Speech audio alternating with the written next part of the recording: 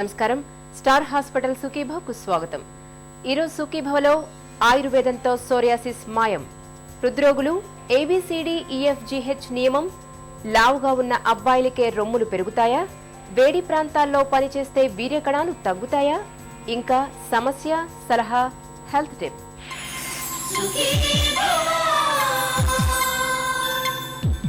చర్మానికి సంబంధించి సోరియాసిస్ జబ్బును అత్యంత ప్రమాదకారిగా చెప్పుకోవచ్చు. సోరియాసిస్ బారిన పడినప్పుడు చర్మం అంతా చేపల పులుసుల మాదిరిగా అయిపోతూ ఉంటుంది. ఈ మొండి జబ్బు ఎంతకీ తగ్గకుండా తరచూ తీవ్రమైన దురదలు, మంటలతో బాధిస్తూ ఉంటుంది. వేధించే సోరియాసిస్ జబ్బుకు ఆయుర్వేదంలో లభించే పరిష్కార మార్గాల గురించి ఇప్పుడు తెలుసుకుందాం.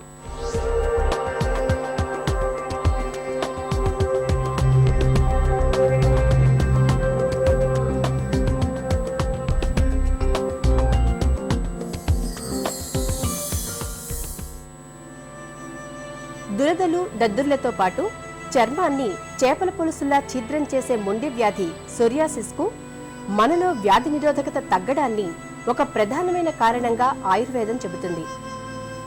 దీనికి తోడు ప్రకృతి సహజంగా జరిగిపోవాల్సిన తుమ్ములు, దగ్గు, మలమూత్రాదులను బలవంతంగా ఆపుకోవడం, చేపలతో పాటు పాలు లేదా పాలతో నువ్వులను కలిపి తీసుకోవటం వంటి విరుద్ధ ఆహారపు అలవాట్లు, భోజనం చేసిన తర్వాత వ్యాయామం చేయడం వంటివి సోరియాసిస్ వ్యాధికి ప్రేరేపకాలుగా పనిచేస్తాయని చెబుతారు నిపుణులు. సోరియాసిస్ అనే వ్యాధి దీర్ఘకాలిక వ్యాధి. అది స్టార్టింగ్ స్టేజ్లో ఉన్నప్పుడు వైద్యం తీసుకోవడం, స్టార్టింగ్ స్టేజ్లో ఉన్నప్పుడు దాన్ని సరిపడా జాగ్రత్తలు తీసుకోవడం ద్వారా అది స్ప్రెడ్ అవ్వకుండా ఉంటుంది. అలాగే అన్ని రకాలైన సోరియాసిస్లు కూడా ఒళ్ళంతా స్ప్రెడ్ అవ్వవు, కొన్ని మాత్రమే స్ప్రెడ్ అవుతాయి. ఆహార విహారాల విషయానికి వచ్చేసరికి ముఖ్యంగా ఏంటంటే మసాలాలు లాంటివి, అలాగే మాంసరసం, మాంసాహారము, చికెను అంటే కొంతమందికి మాత్రమే పడితే కనుక తినచ్చు, మీకు అది పెరగట్లేదంటే తినండి. అలా కాకుండా కొంతమందికి పడవు, అలాంటి వాళ్ళు తినకూడదు. అలాగే ఈ యొక్క కాజు పప్పు లాంటిది, అలాగే పల్లీలు, కొన్ని రకాలైన నిలవగల నువ్వులు, నూనెలు ఇలాంటివన్నీ తీసుకోకూడదు. ఎందుకంటే కొన్ని రకాల నూనెలు చాలా రోజులు వేసరికి దాంట్లో కొంత కెమికల్ యాక్టివిటీ పెరిగి ఇరిటెంట్ కింద పనిచేస్తూ ఉంటాయి, కాబట్టి అవి తీసుకోవద్దని చెప్తూ ఉంటారు. అలాగే పచ్చళ్ళు లాంటివి కూడా తీసుకోకూడదు. సాత్వికమైన ఆహారం తీసుకోవాలి. రోజువారీ ఆహారం ఏది తీసుకున్నా కానీ మీకు ఏమీ అవ్వదు.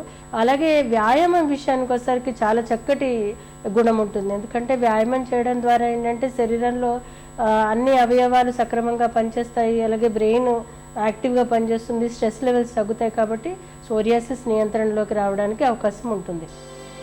మొండి వ్యాధి సోరియాసిస్ బారిన పడ్డప్పుడు కొన్ని ప్రత్యేక లక్షణాలు కనిపిస్తూ ఉంటాయి. చర్మం బాగా పొడిబారిపోతుంటుంది, గోకినప్పుడు చర్మం పొలుసుల్లాగా ఊడిపోతుంటుంది, చర్మంపై పుళ్ళు పడుతుంటాయి, చర్మం అంతా దురదలు, మంటలు వేధిస్తుంటాయి. జబ్బు తీవ్రమైనప్పుడు కీళ్ళని సైతం కదల్చలేని పరిస్థితి ఎదురవుతుంటుంది. సోరియాసిస్ బారిన పడ్డప్పుడు చర్మాన్ని తరచూ పసుపు, కొబ్బరి నూనె, కానుగ నూనె, కలబంద రసాలతో మృదువుగా మర్దన చేస్తుంటే సోరియాసిస్ బాధలు తగ్గడమే కాదు, వ్యాధి కూడా బాగా తగ్గుముఖం పడుతుంది. చిట్కాల విషయానికి వచ్చేసరికి సోరియాసిస్లో వేప గింజలు అనేవి మనకి ఇంటి చుట్టుపక్కల దొరుకుతుంటాయి. అలాగే కానుగ గింజలు మన ఇంటి చుట్టుపక్కల దొరుకుతాయి. వీటిని సమానంగా తీసుకుని దంచి వాటిని నూనెలో కలిపి పైపూతగా అప్లై చేయడం ద్వారా మంచి గుణం ఉంటుంది. అలాగే మనకి ఇంట్లో కర్పూరం దొరుకుతుంది, లేదంటే ముద్ద కర్పూరం కూడా వాడుకోవచ్చు. ఈ కర్పూరాన్ని మీరు కొబ్బరి నూనెలో కలిపి ఎక్కడైతే మీకు ఈ సోరియాసిస్ మంట పుట్టి వాచినట్టు అనిపిస్తుందో అక్కడ రాస్తే కనుక మంచి గుణం ఉంటుంది. ఎందుకంటే స్ప్రెడ్డింగ్ ఎఫెక్ట్ని ఆపి సూతింగ్ ఎఫెక్ట్ ఇచ్చేందుకు క్యాంఫర్ హెల్ప్ చేస్తూ ఉంటుంది.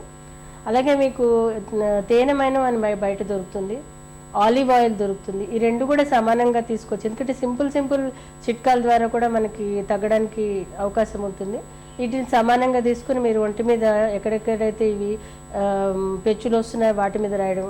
ఒక్కొక్కసారి తగ్గిపోయిందని అశ్రద్ధ చేయకుండా తరచూ రాయడం ద్వారా మంచి గుణం ఉంటుంది. ఎందుకంటే వర్షాకాలంలోనూ అలాగే శీతాకాలంలోనూ ఏమవుతుందంటే మామూలుగానే శరీరంలో తేమ తగ్గిపోతుంది, అలాగే నూనెలు కూడా తగ్గిపోతూ ఉంటాయి. ఎందుకంటే పొడైపోతుంది చర్మం, వీళ్ళకి ఇంకా త్వరగా పొడైపోతుంది. కాబట్టి తరచూ మాయిశ్చరైజింగ్ ఎఫెక్ట్ ఉండే విధంగా నూనెలు కానీ, అలాగే ఇందాక చెప్పినట్టు తేనెమైన లాంటిది రాసుకోవడం ద్వారా మంచి గుణం ఉంటుంది. మొండి వ్యాధి అయిన సోరియాసిస్ కు ఆయుర్వేదం అనేక రకాల ఉపశమన మార్గాల్ని చెబుతోంది. చర్మంపై కానుగ నూనె, కొబ్బరి నూనె, కలబంద రసాలను రోజూ రాస్తుంటే చర్మంపై దురదలు బాగా తగ్గుతాయి.